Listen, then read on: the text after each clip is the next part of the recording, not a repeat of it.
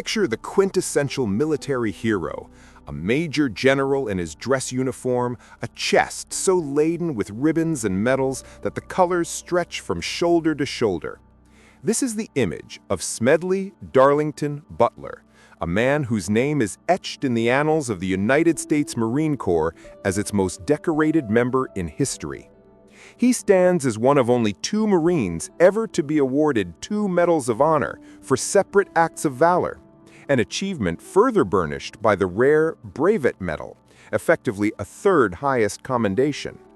For 33 years, from the Spanish-American War in 1898 until his retirement in 1931, Butler was the tip of America's spear, participating in nearly every major military campaign of the era. He was the embodiment of the Corps' fighting spirit. Yet, beneath the starched fabric of his uniform, a secret history was etched into his very skin. A massive, elaborate tattoo of the eagle, globe, and anchor covering his entire torso from collarbone to waist. Inked in his youth at great pain, this emblem was a testament to a lifetime of devotion. This man had tasted combat in the sweltering jungles of Haiti, the arid deserts of Mexico, and the bloody trenches of China. He was, by every measure, a warrior forged in the crucible of American expansionism. This is where the paradox of Smedley Butler begins, for the story does not end with a celebrated hero fading into quiet retirement. Instead, upon shedding his uniform, Butler underwent a stunning transformation. The hero of the empire became its most ferocious and credible critic. The same man who had charged enemy fortifications and commanded thousands of troops would spend his final years crisscrossing the nation, declaring that his entire career had been a lie. In his seminal 1935 book, War is a Racket, Butler dismantled the patriotic myths he had once championed, arguing that the wars he fought were not for freedom or democracy, but for corporate profit. His own words became his most powerful weapon. In a confession that would echo for decades, he reframed his legendary service with brutal honesty. I spent 33 years and 4 months in active military service, and during that period, I was a high-class muscle man for big business, for Wall Street and the bankers. He called himself a racketeer, a gangster for capitalism, recasting his heroic exploits as enforcement actions on behalf of American financial interests.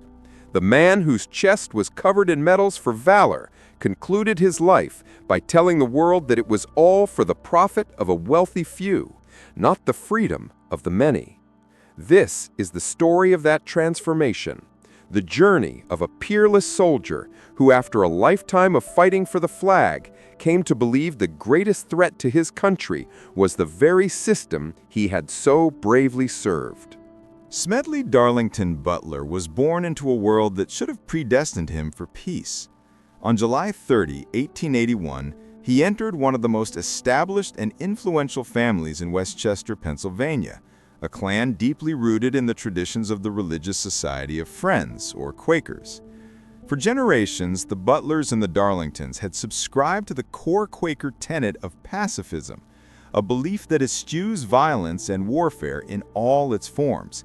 This was a heritage of quiet contemplation, civic duty, and principled opposition to conflict. Yet, from this cradle of peace would emerge one of America's most ferocious warriors. His upbringing was one of immense privilege and political connection. His father, Thomas Butler, was a pillar of the community, a respected lawyer and judge who would go on to become a powerful United States congressman, serving as the chairman of the House Naval Affairs Committee for a remarkable 31 years. His maternal grandfather, Smedley Darlington, had also been a Republican congressman, embedding the family deep within the nation's political firmament. Young Smedley was groomed for a life of similar distinction. He was enrolled in the prestigious Haverford School, a private Quaker institution known for its academic rigor and moral instruction. There, he proved to be a natural leader, though not in the halls of debate, but on the fields of sport. He excelled as the captain of the baseball team and the quarterback of the football squad, his competitive fire a stark contrast to the placid expectations of his faith. The paradox of Smedley Butler began here, in the heart of a boy raised to be a pacifist, but who dreamed of military glory. This internal conflict reached its breaking point in 1898. As the nation was swept up in war fever over Spain's brutal suppression of Cuban independence, 16-year-old Smedley felt an irresistible pull. The sensationalist newspaper headlines painted a grim picture of Spanish atrocities, igniting a righteous fury in the young student. As he later explained his youthful motivation, "I clenched my fists when I thought of those poor Cuban devils being starved and murdered by the beastly Spanish tyrants." The abstract principles of Quakerism stood little chance against the visceral, romantic call to arms. With just 38 days remaining until his graduation, Smedley made a fateful decision. He would run away from school and enlist in the Marine Corps. His family was horrified. His father, the man who oversaw the nation's naval forces from his seat in Congress, refused to grant his underage son permission to join the military. But Smedley's determination was absolute. In a moment that captured his headstrong nature, he allegedly confronted his mother with an ultimatum. Either she would convince his father to sign the consent forms, or he would hire a stranger to forge the signature himself. His will, and perhaps his family's desire to avoid a public scandal, prevailed. The scene in the office of the Commandant of the Marine Corps, General Charles Haywood, must have been remarkable. A 16-year-old boy, tall for his age, with piercing eyes and a resolve that belied his youth, standing ready to lie about his age to go to war. He confidently claimed to be 18. While the official record accepted his story, it is highly probable that General Haywood, a friend of Congressman Butler, was fully aware of the deception. The influence of his father's name opened the door that his age should have kept firmly shut. Behind him was the weight of a powerful political dynasty. Ahead of him lay the promise of Cuba, the Philippines, and China. In a final nod to his family's standing, the Haverford School did not mark him down as a dropout. Instead, on June 6, 1898, it awarded him his diploma ahead of schedule, noting that he had completed the scientific course with distinction. The boy had gotten his wish. He was now a second lieutenant in the United States Marine Corps, ready to fight for the oppressed. He could not have known then that the Quaker pacifism he so eagerly cast aside would one day return to him, not as a principle inherited from his family, but as a conviction forged in 30 decades of blood, disillusionment, and the harsh realities of the very wars he now yearned to join. The war Smedley Butler had so desperately sought almost eluded him. After arriving in Guantanamo Bay, Cuba, in July 1898, the newly commissioned second lieutenant found that the fighting against Spain had all but concluded. The glorious battle he had envisioned, the chance to liberate the oppressed Cubans, had passed him by. His first taste of military life was not combat, but the anticlimax of occupation duty. His real baptism by fire, the moment that would transform him from an eager boy into a hardened officer, would have to wait.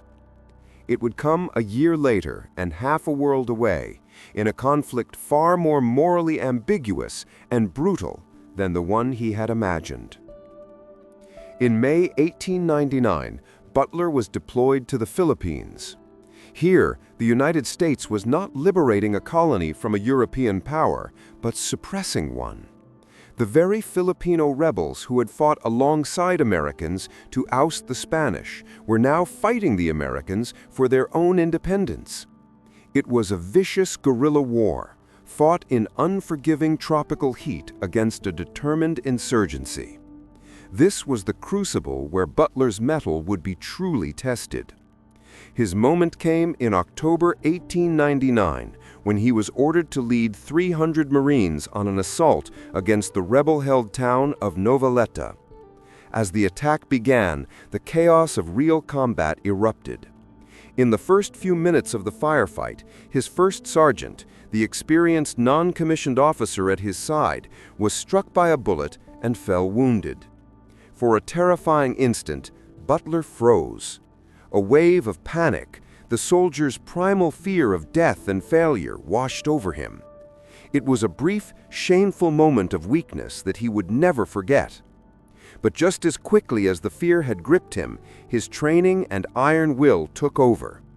He shook off the paralysis, regained his composure, and reasserted command, his voice cutting through the noise of battle to direct his men. He pushed the assault forward relentlessly. By midday, the Marines had overwhelmed the town's defenders and seized control of Noveleta. The victory was decisive, but it came at a cost. 1 Marine lay dead and 10 others were wounded. More alarmingly, another 50 men, a significant portion of his force, were completely incapacitated, not by enemy fire, but by the debilitating tropical heat. The environment itself was as formidable an enemy as the Filipino soldiers. However, the most searing lessons of this campaign came not during the battle, but in its aftermath. As biographers would later recount, the march back to base was a campaign of retribution. Butler, now a combat veteran, led his battalion from village to village, leaving a trail of burning Filipino huts in his wake. In a chilling memory he would later share, he recalled his men singing the patriotic hymn America in chorus just before setting a village ablaze, a stark and disturbing juxtaposition of national pride and brutal suppression. This was not an isolated incident, but a reflection of a wider, systemic cruelty. The American forces in the Philippines were engaged in a campaign that foreshadowed the darkest chapters of future wars. They adopted the Spanish torture method of pouring water down victims' throats until their bodies swelled, a cruel precursor to what would later be known as waterboarding. To control the population and isolate the guerrillas, the U.S. military established concentration camps and systematically destroyed entire villages, a grim rehearsal for tactics that would be repeated decades later in Vietnam. As the smoke rose from the smoldering bamboo and thatch, the young lieutenant stood among the ruins of what had once been people's homes. He was no longer the idealistic boy who had run away from school. He was now a part of a machine designed to crush another nation's independence. He had felt the icy grip of panic and had overcome it. He had led men to victory. This was how the steel of the Marine Corps was forged. But standing there, amidst the devastation, he was still a tool of a policy he did not yet question, an instrument of an empire whose true motives remained hidden from him. Fresh from the brutal guerrilla conflict in the Philippines, Smedley Butler soon found himself thrust into another cauldron of violence. In June 1900, his battalion was redirected to China, becoming part of the international 8-nation alliance sent to crush the Boxer Rebellion, a bloody anti-foreign, anti-colonial, and anti-Christian uprising. For Butler, this was a new and even more intense form of warfare. It was here, in the smoke-choked streets of Tientsin, that his reputation for reckless courage would be forged, and his body would be permanently marked by both ink and lead. Before sailing for China, Butler had made a profound and painful declaration of his identity. After the Philippines, he decided to permanently emblazon his allegiance to the Marine Corps upon his own skin. It was not a small, discreet symbol. He chose a massive, intricate rendering of the eagle, globe, and anchor, so large that it covered his entire torso from his throat down to his waist. The process was an ordeal. I selected a huge Marine Corps emblem to be tattooed over my whole chest, he later wrote. It required several sittings and hurt like the devil, but the finished product was worth the torture. He was immensely proud of this corporeal billboard of his devotion, a symbol he believed would never be removed. Fate, however, would soon make its own alterations to the design. On July 13, 1900, Butler found himself in the thick of the Battle of Tientsin. The air was thick with the smell of gunpowder, the screams of the wounded, and the constant whistle of bullets. During a fierce firefight, Butler was hunkered down in a trench when he saw another officer caught in the open and go down wounded. Without hesitation, the 18-year-old officer made a decision that defied all logic of self-preservation. He scrambled out of the relative safety of the trench and ran directly into the hail of enemy fire to rescue his fallen comrade. As he reached the officer and began to help him back, a bullet tore through his thigh, the searing pain a testament to his exposure. Despite his own injury, he refused to abandon his mission. Another Marine who rushed out to assist them was also hit, but together they managed to drag the first officer back to the safety of their lines. For this extraordinary act of valor, Butler was rewarded with a brevet promotion to captain at the age of just 19. He was already a hero. The battle's aftermath exposed him to the unvarnished horror of war. He witnessed the gruesome, mutilated remains of Japanese soldiers, a sight that burned itself into his memory.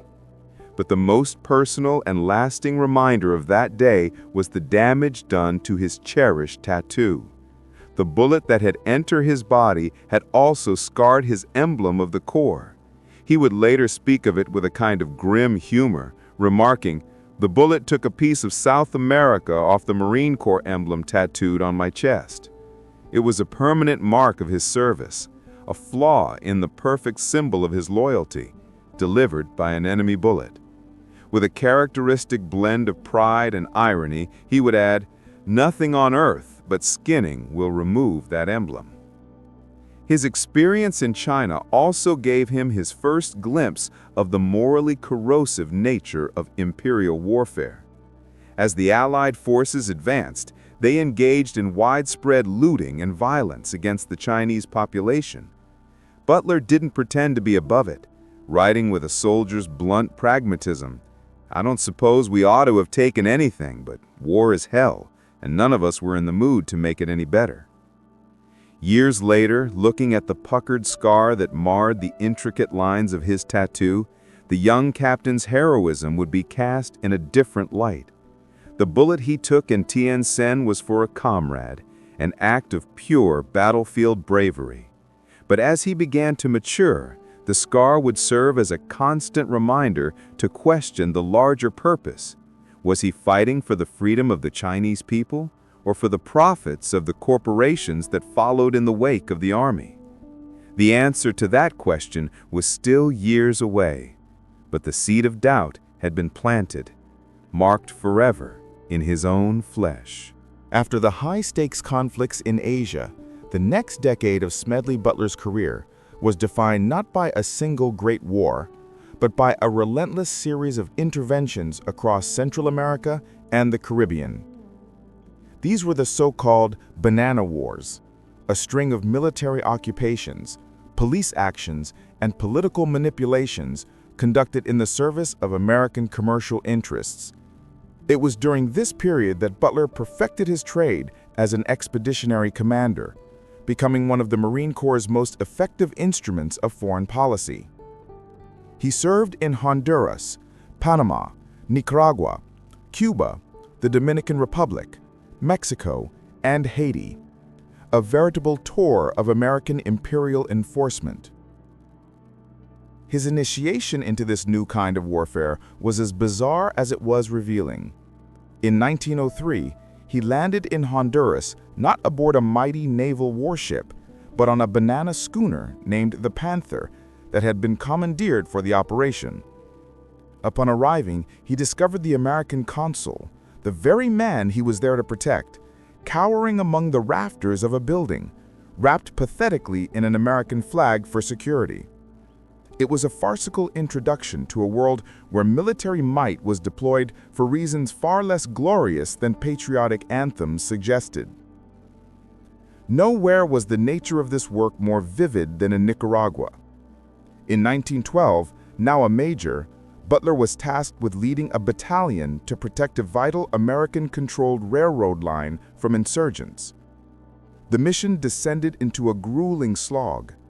The rebels, lacking heavy weaponry, employed ingenious sabotage, coating the rails with the slick juice of the milkweed plant. This simple trick caused the train's wheels to spin uselessly, forcing Butler's Marines to disembark in the suffocating jungle heat and physically push the massive locomotive and its cars along the tracks. The local opposition press watched this spectacle with contempt, coining a memorable epithet for the invaders. They were, one paper declared, the blonde swine from Pennsylvania, treading upon our garden of beauty. Butler, possessing a dark sense of humor and an appreciation for a worthy insult, carefully cut the article out and kept it as a souvenir. His response to the Nicaraguan resistance was not subtle. When his train was confronted by an ambush of 150 mounted rebels, he did not stop or retreat. Instead, he ordered the engineer to charge full steam ahead, plowing directly through the horsemen, in an act of shocking and decisive force. While his battlefield prowess was undeniable, Butler was also becoming a key player in the political machinery of occupation. He would later freely admit that the United States routinely falsified elections in Nicaragua to install friendly regimes, a fact he did not contest at the time. The purpose of these interventions was becoming nakedly clear.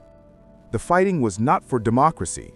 It was to protect the interests of corporations like the powerful United Fruit Company. Amid this relentless campaigning, Butler built a personal life.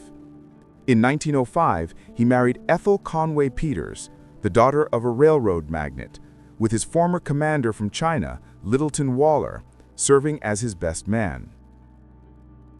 They would have 3 children, and the long deployments weighed heavily on him. Often, he wrote home requesting a transfer back to the States to be with his family. But the call to duty always pulled him back to the jungles and ports of Latin America. Years later, reflecting on this period in a 1931 speech, he would strip away all pretense of patriotism from his actions and define his role with brutal clarity. He was not a liberator or a peacekeeper. He was, in his own words, something else. "I was a racketeer, a gangster for capitalism," he confessed. "I helped make Mexico, and especially Tampico, safe for American oil interests in 1914. The hero of the Corps was beginning to see himself as a corporate enforcer. By 1914, the Mexican Revolution had created a volatile situation on the U.S. border, and Major Smedley Butler was once again dispatched to the front lines of American foreign policy. This time, however, his mission began not with a frontal assault, but with subterfuge. In January, he was sent to Mexico on a covert intelligence-gathering operation. Stripping off his Marine uniform, he adopted the guise of a railroad official named Mr. Johnson, a civilian persona that allowed him to travel deep into the country without raising suspicion. Posing as a businessman, he meticulously mapped the landscape, documenting the state of the Mexican army, their weaponry, the size of their units, and their combat readiness.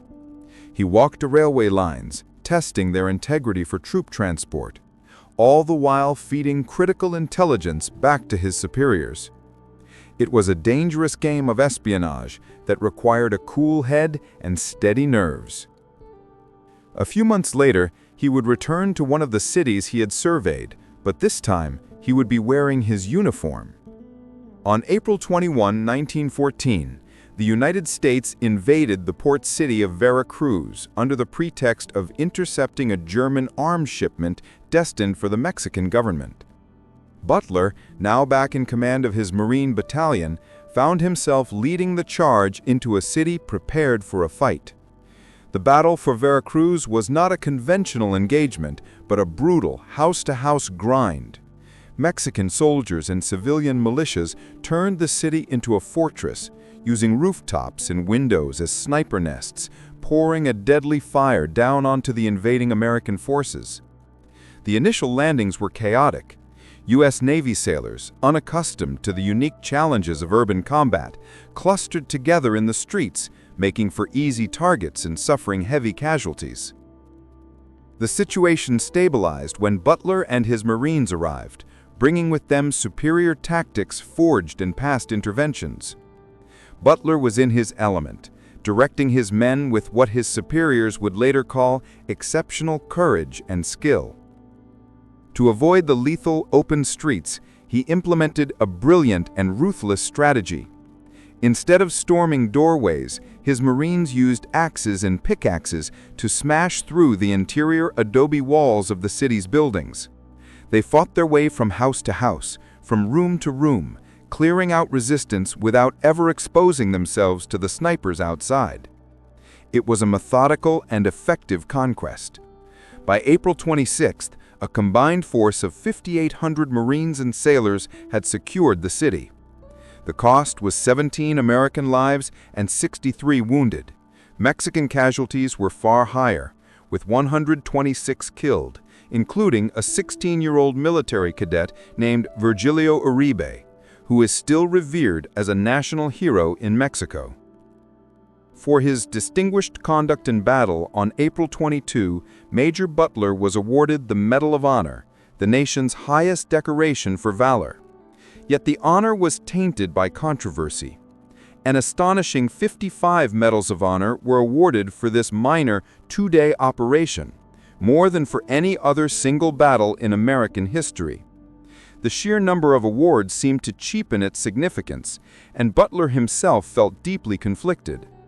Years later, during World War I, he attempted to return his medal, arguing that he had done nothing extraordinary to deserve it. The medal was promptly sent back to him with a direct order to wear it.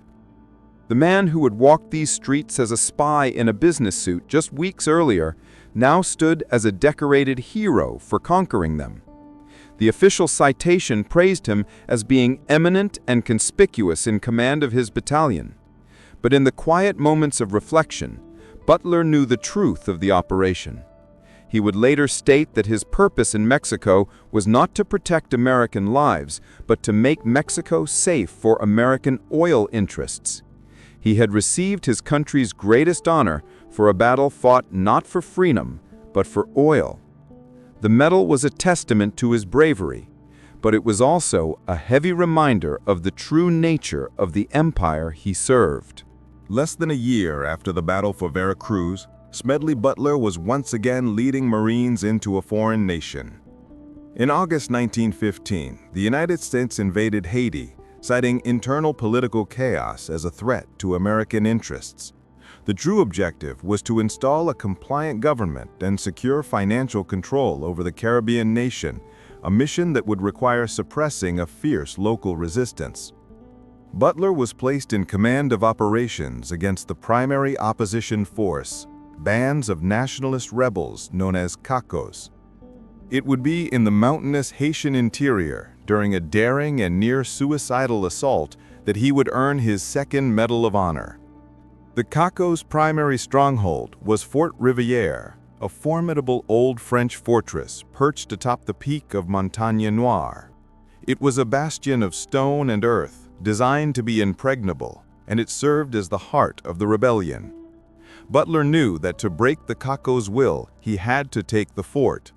On November 17, 1915, he led a combined force of about 100 Marines and sailors from the USS Connecticut on the difficult trek up the mountain to lay siege to the fortress. As they approached the walls, the tactical challenge became starkly clear. The fort was a stone citadel with no obvious point of entry.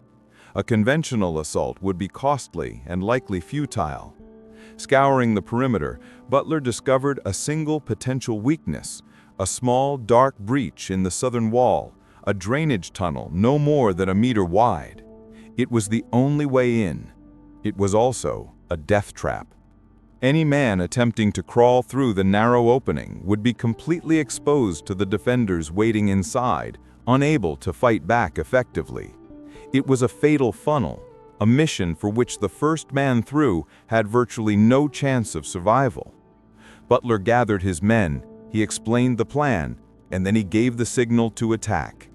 In an act of supreme courage, Sergeant Ross Imes and Private Samuel Gross did not hesitate. They plunged into the dark opening, ready to meet their fate. Immediately behind them, Major Butler himself scrambled into the breach. The three men burst into the fortress interior, followed closely by the rest of the storming party. What followed was not a battle of rifles at a distance, but a savage 15-minute melee fought at close quarters. Inside the fort's confines, it was a chaotic and desperate brawl of bayonets, rifle butts, and bare hands. The Marines, led by their three-point men, fought with a ferocity that overwhelmed the surprised defenders. The fight was short, but its brutality was absolute.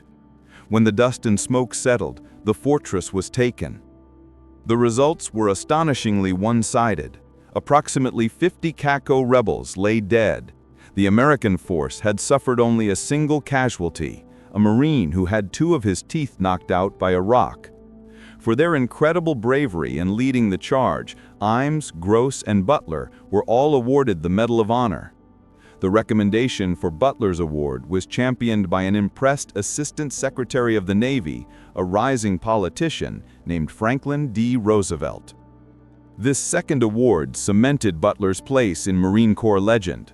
He was now one of only 2 Marines in history, along with the legendary Sergeant Dan Daly, to have received the nation's highest honor for 2 separate actions. Yet the heroism of the act was quickly followed by the grim business of occupation. Butler was appointed as the commander of the Gendarmerie de Haiti, a local police force created and controlled by the Americans to enforce their rule. In this role, he became a direct instrument of political suppression.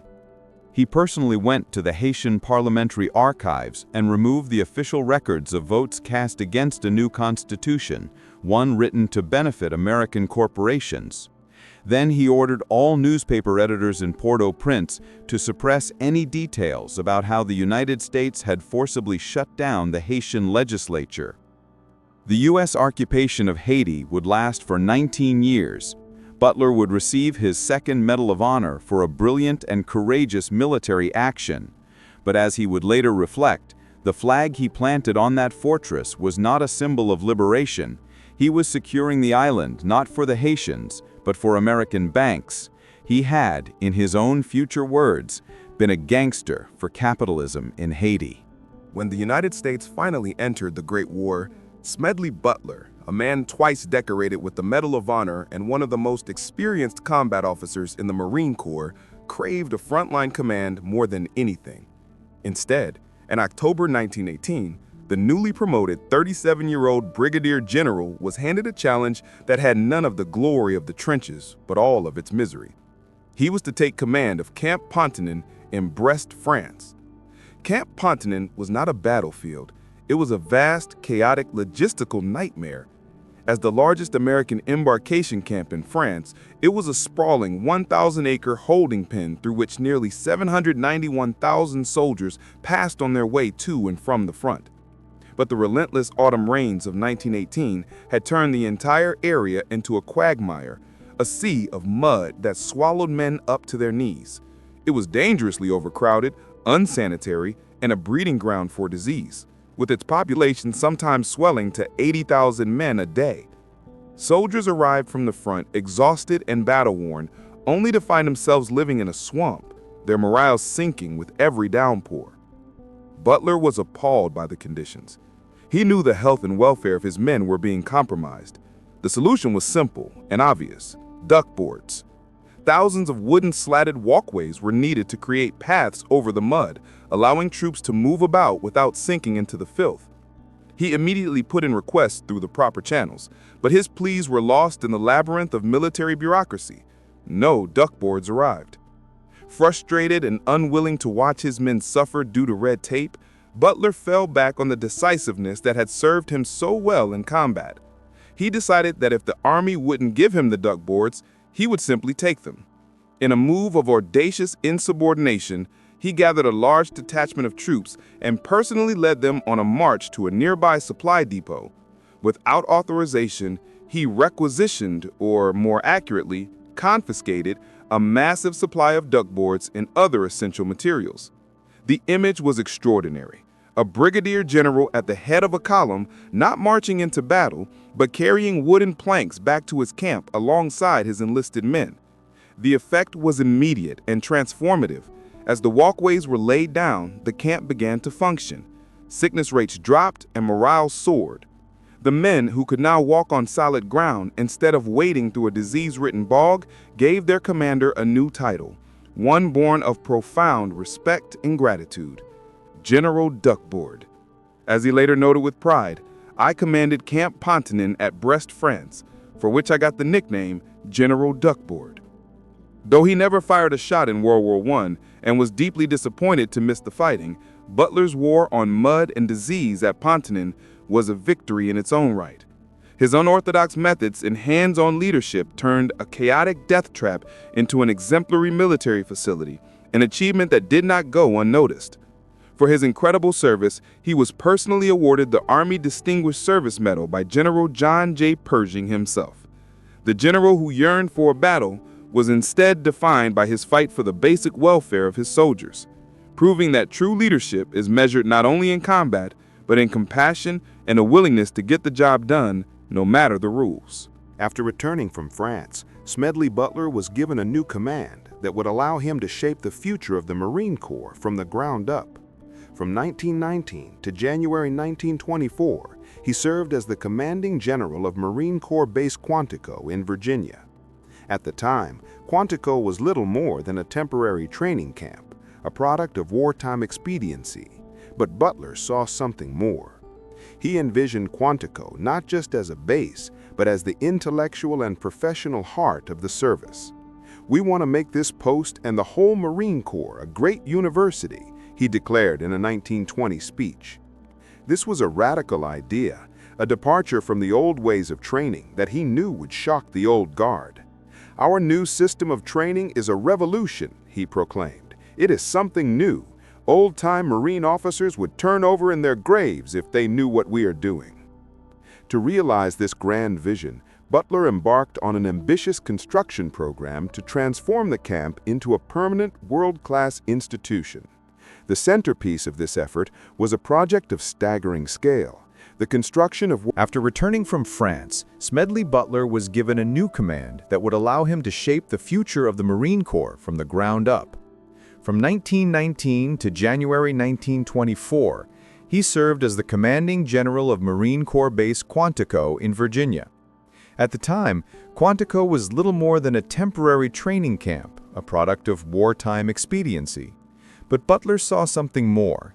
He envisioned Quantico not just as a base, but as the intellectual and professional heart of the service. "We want to make this post and the whole Marine Corps a great university," he declared in a 1920 speech.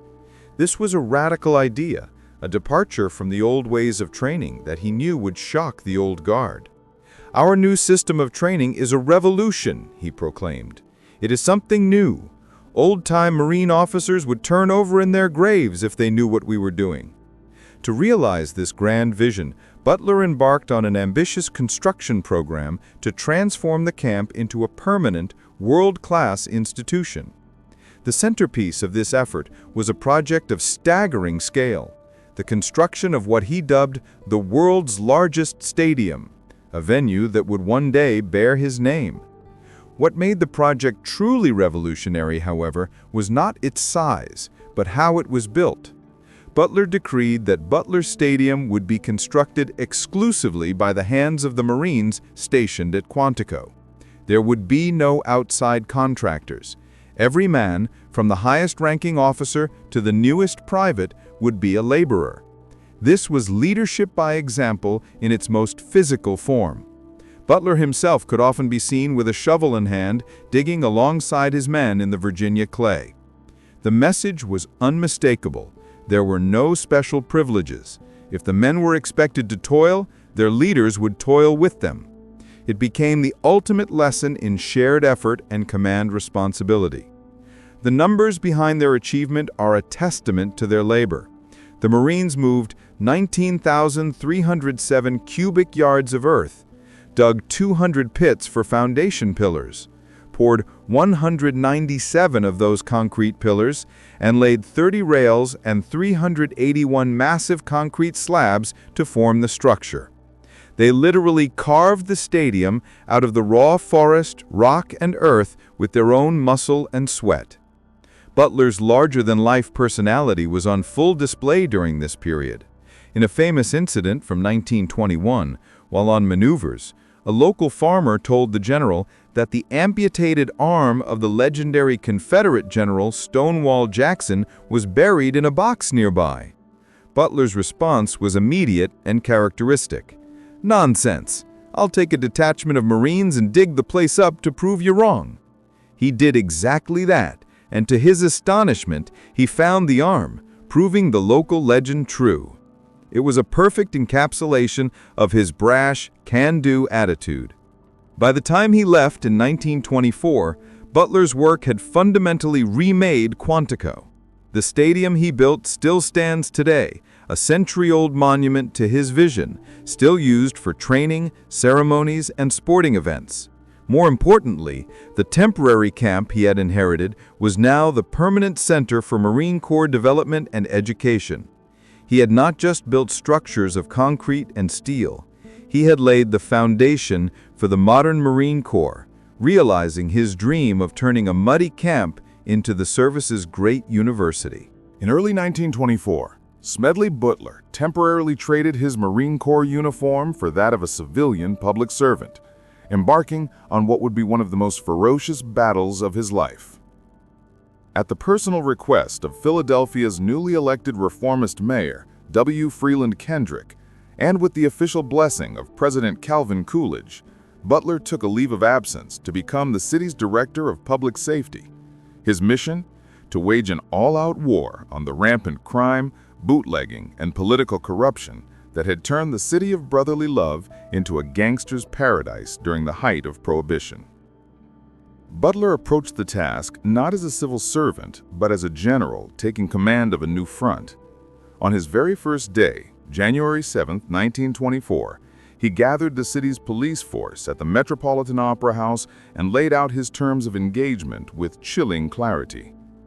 "It looks like the only people being shot in Philadelphia are the policemen," he told the assembled officers. "You'll have to get out of that habit. Put a notch on your pistol for the bandits." The message was unequivocal. The war had begun, and there would be no quarter given. He followed his words with immediate, overwhelming force. In his first 48 hours on the job, he launched a series of massive, coordinated raids that struck 900 illegal bars, or speakeasies, across the city, shutting them down or smashing their contents on the spot. His campaign was shockingly indiscriminate. He showed no deference to the city's elite, ordering raids on the exclusive high society clubs operating within the Ritz-Carlton Hotel and the Union League, places previously considered untouchable. By attacking the wealthy patrons as well as the street corner bootleggers, he declared that no one was above the law. To prosecute his war, he militarized the police department. He designed and deployed armored patrol cars, veritable urban tanks equipped with sawed-off shotguns to chase down mobsters. He issued new, soldierly uniforms to instill discipline and established military-style roadblocks throughout the city, where citizens were stopped and questioned without cause. To his critics, particularly in the press, this was a reign of terror. Journalists quickly dubbed his tenure the Butler Terror, and his aggressive tactics created constant friction. Yet for many citizens, Butler was a hero. His sincerity, iron-willed fairness, and tireless work ethic were admired by a public sick of corruption. The clergy was so overjoyed by his crusade against vice that on January 13, 1924, just a week into his campaign, church bells rang out across the entire city in a coordinated show of thanks. He earned the nickname the Fighting Quaker, a perfect moniker for the pacifist-born warrior who was now applying battlefield ferocity to domestic law enforcement. Ultimately, however, the system he was fighting proved to be a more formidable enemy than any he had faced overseas. The city's political machine, enraged by his refusal to play favorites and his attacks on their powerful allies, worked tirelessly to undermine him. After 2 years of relentless battle, facing constant political pressure from the same mayor who had hired him, Butler resigned. The experience left a deep and bitter impression on him. He had faced down machine guns in China and led a suicidal charge in Haiti, but the insidious nature of entrenched political and criminal corruption was a different kind of enemy. As he would later reflect with the weariness of a defeated general, cleaning up Philadelphia was worse than any battle I was ever in. By 1932, the United States was in the suffocating grip of the Great Depression, and the men who had fought the nation's battles a decade earlier were now fighting for survival. According to a law passed in 1924, veterans of the First World War had been promised a bonus payment for their service, but it was not scheduled to be paid out until 1945. For the millions who were now jobless, homeless, and desperate, 1945 was a lifetime away. And so, in the spring of 1932, a protest movement was born. Tens of thousands of veterans, many with their families in tow, organized a march on Washington, D.C. to demand the immediate, early payment of the bonus they were owed. This Bonus Expeditionary Force, or Bonus Army, grew to a staggering size, with estimates ranging from 40,000 to 43,000 people. They set up sprawling makeshift Hooverville-style encampments throughout the capital, the largest of which was a city of shacks and tents on the Anacostia Flats. They were a peaceful, organized, and deeply patriotic assembly of men who simply wanted what they had been promised. They found their most powerful advocate in the retired General Smedley Butler. On July 19, 1932, Butler traveled to the Anacostia camp. Though he was now a civilian, he was still a commanding figure, a living legend who understood his audience better than anyone. Standing on a makeshift platform before a sea of thousands of destitute but hopeful veterans, he delivered a speech that electrified the crowd. He did not counsel patience or moderation. Instead, he channeled their righteous anger, drawing a stark line between the powerful and the powerless. He condemned a system that had found billions for the bankers who wrecked the country, he thundered, but nothing for the plain people. In that moment, he ceased to be merely a retired general and became the voice of the Bonus Army, their defender and their champion. For the men in the camp, it was a profound morale boost. They believed they finally had a true protector in their corner. Just 1 week later, their hopes were brutally crushed. On July 28th, the U.S. government responded not with negotiation, but with force. The active duty United States Army, under the personal command of General Douglas MacArthur and his subordinate Colonel George S. Patton, was ordered to clear the camps. It was a shocking spectacle. American soldiers advancing on American veterans. The assault force came with tanks, cavalry with drawn sabers, and infantry with fixed bayonets, launching a full-scale attack with tear gas to drive the veterans and their families out. The operation was a brutal success. Before the army even arrived, city police had shot and killed 2 veterans. The subsequent military assault resulted in 55 more injuries and 135 arrests. In the chaos of the tear gas and forced eviction, a 12-week-old baby died from exposure to the gas. In a stunning act of insubordination, MacArthur ignored a direct order from President Hoover to halt the advance and pushed his troops across the bridge into the main Anacostia camp, burning the shanty town to the ground. For Butler, watching from afar, this was the ultimate betrayal. The government he had served his entire life had just declared war on its own impoverished heroes. The event became a defining moment for him, crystallizing his belief that the nation's military and political establishment served the interests of the wealthy and powerful, not the common citizens who fought its wars. He saw the veterans' cause as a righteous one, stating the veterans are not only interested in help for themselves and their families. Their vision of the pressing need embraces all American citizens who are suffering from unemployment and want. Though the Congress would eventually pass the bonus payment in 1936 over a presidential veto, the image of tanks rolling through the nation's capital to crush a protest of hungry veterans was a scar that would never heal.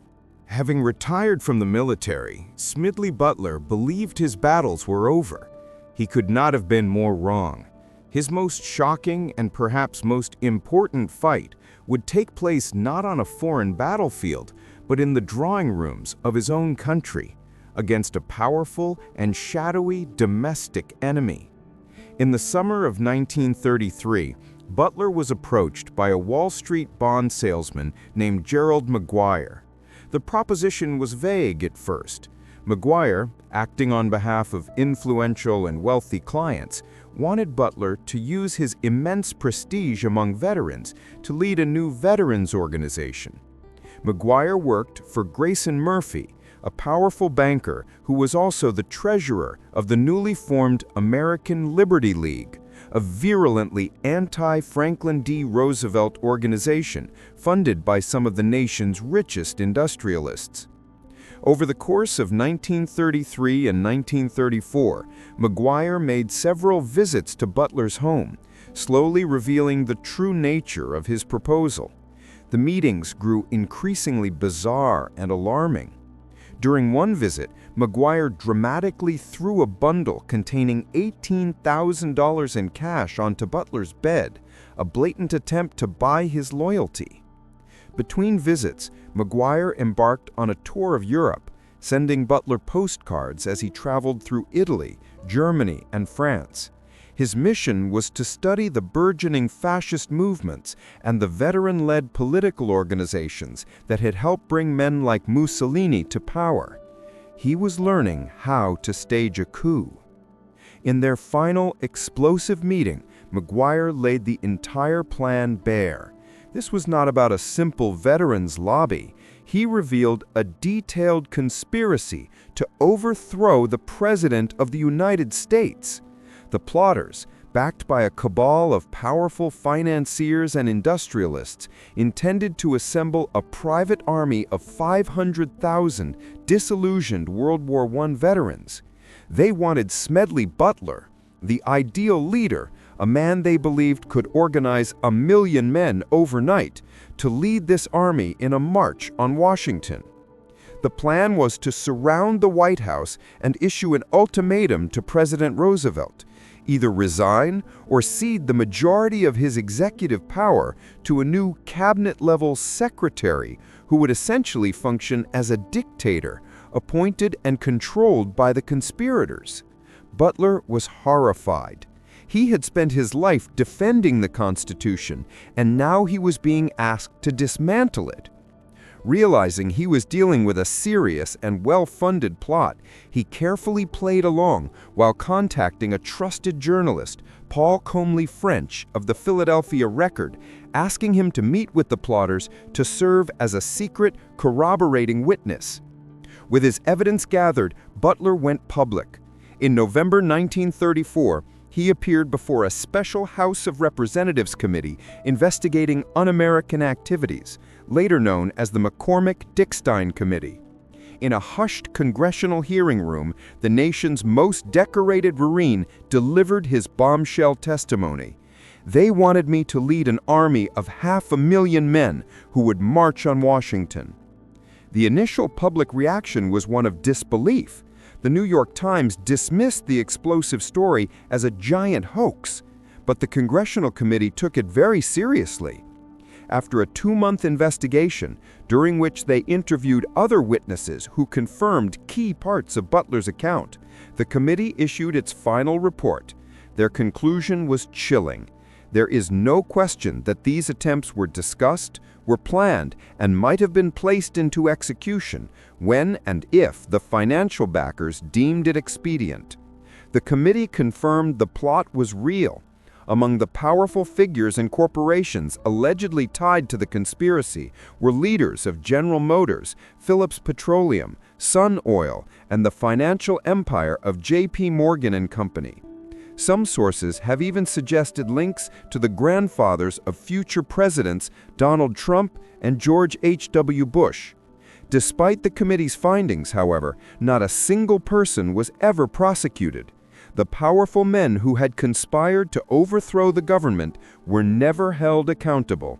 Smedley Butler had exposed a plot against the Republic, but his enemies were not in the jungles of Haiti or the streets of Veracruz.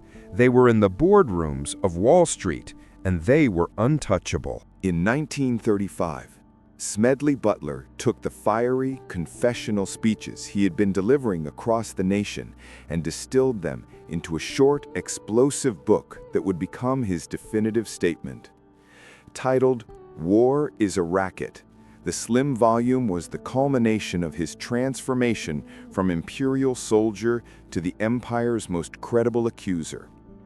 It was a declaration of war on the entire military-industrial system, written not by a theorist or a politician, but by the most decorated Marine in American history. His central thesis was as simple as it was scandalous. War, he argued, was not a noble crusade for democracy or freedom, but a cynical and highly profitable commercial enterprise. Drawing from his 33 years of experience, Butler laid out his case with the cold precision of a field commander. He methodically explained who profits from war, the bankers who finance it, the industrialists who supply the weapons, the speculators who thrive on the chaos, and who pays the ultimate price, the soldiers who lose their lives and limbs, and the taxpayers who foot the bill. He used the recent memory of World War I as his prime example, illustrating how a handful of corporations and financiers had reaped enormous fortunes from the suffering of millions. He defined the practice in words that left no room for doubt. War is a racket. It always has been, he wrote. It is possibly the oldest, easily the most profitable, surely the most vicious. It is the only one international in scope. It is the only one in which the profits are reckoned in dollars and the losses in lives. The book's power came from its author's unimpeachable authority. When Butler accused the system of being a fraud, he was speaking as its most celebrated product. He put his own legendary career on trial, recasting his medals and battlefield heroics in a harsh new light.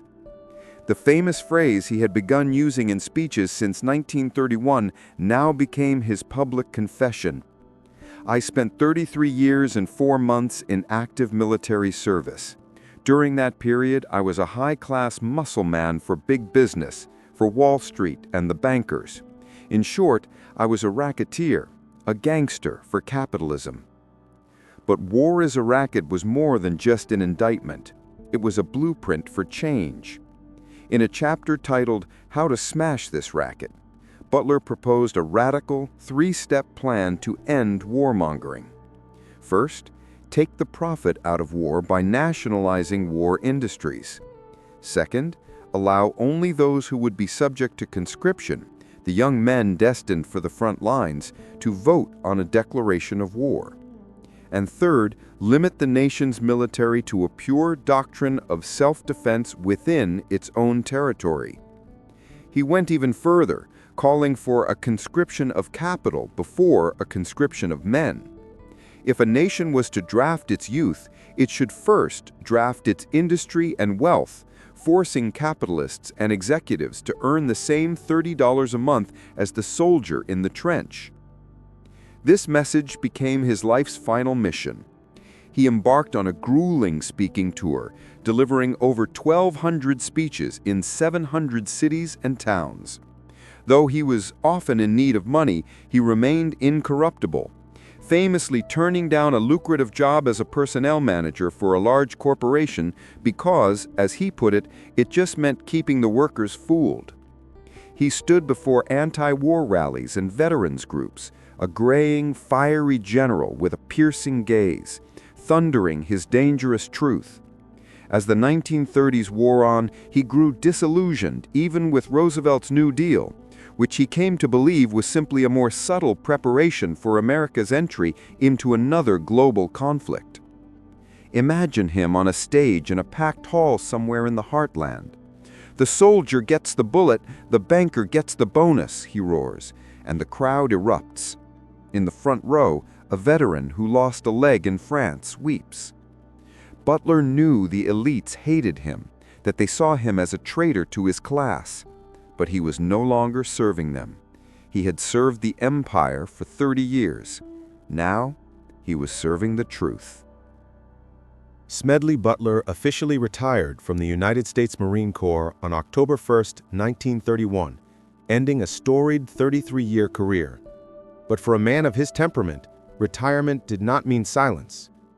He immediately launched into a new and final chapter of his life, becoming one of the nation's most sought-after orators and a relentless anti-war activist.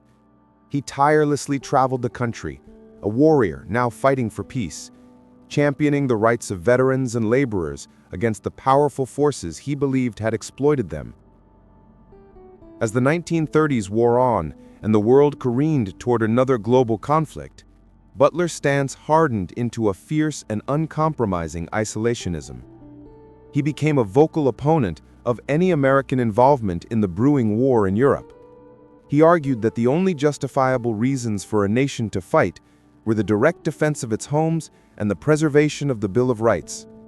As he famously declared, war for any other reason is simply a racket. He lent his considerable public profile to supporting the Ludlow Amendment, a proposed constitutional change that would have required a national referendum before Congress could declare war, effectively putting the decision in the hands of the people who would have to fight it.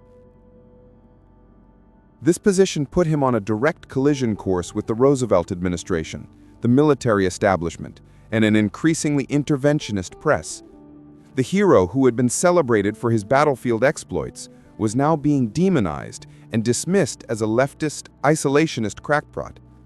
The establishment that had once pinned medals on his chest now worked to marginalize his voice, portraying him as a naive and dangerous obstacle to national security. By the end of his life, history was moving in a direction he fundamentally opposed. In retrospect, his vehement opposition to entering World War II, given the existential threat posed by Nazism, would be seen by many historians as a significant misjudgment. The constant travel and passionate campaigning took a severe toll on his health. In late May of 1940, having lost 25 pounds and suffering from exhaustion, a visibly ill Butler checked himself into the Philadelphia Naval Hospital, officially for a rest. He would never leave. Just 4 weeks later, on June 21, 1940, Major General Smedley Butler died, likely from cancer. He was only 58 years old. He died before the world he knew was irrevocably changed. We will never know how the man who condemned all foreign wars would have reacted to the shocking attack on Pearl Harbor a year and a half later. His death conveniently removed one of the most powerful anti-war voices from the national debate, just as the country was moving toward intervention. In the years that followed, a concerted effort was made to erase the memory of the inconvenient general. His own alma mater, the Haverford School, scrubbed his name from its history under pressure from wealthy Republican alumni who considered him a traitor to his class for his anti-capitalist rhetoric. It was not until the 2000s, thanks to a large donation from a more sympathetic graduate, that his legacy was finally restored there. Today, Butler's memory is kept alive by three disparate and often contradictory groups. He is revered by the U.S. Marine Corps as a legendary warrior, the peerless hero who won 2 Medals of Honor. He is a central figure for conspiracy theorists, the man who single-handedly exposed the business plot and saved the Republic. And he is an icon for anti-war activists, the author of War is a Racket and the ultimate whistleblower against the military-industrial complex. Imagine him in that hospital bed in his final days, gaunt and weary. Outside, the nation he loved was preparing for a war he prayed he would never join. He had been wrong about some things, perhaps, but he had been honest. Beneath his hospital gown, the massive eagle, globe, and anchor tattoo, now faded with age and scarred by a bullet from a battle fought 40 years earlier in China, still covered his chest. The emblem remained with him until the end, a permanent reminder of the man he had been, the empire he had served, and the final, haunting question that defined his life: for what And for whom had they all been fighting? Smedley Butler remains one of the most contradictory and compelling figures in American military history. He embodies a profound conflict. He was simultaneously the most decorated Marine in the Corps' history and the most ferocious critic of the military machine he so brilliantly served. His life represents a unique transformation, the journey from a self-described gangster for capitalism to an unwavering accuser of the very imperialism he once enforced. For this reason, his words have not faded with time. They remain startlingly relevant in any discussion about the military-industrial complex and the nature of American foreign policy. He was the ultimate patriot who came to believe that the greatest threat to his country came not from a foreign enemy, but from within. His ultimate conclusion, forged in 33 years of battle and reflection, stands as his stark and enduring epitaph. War is a racket. It always has been.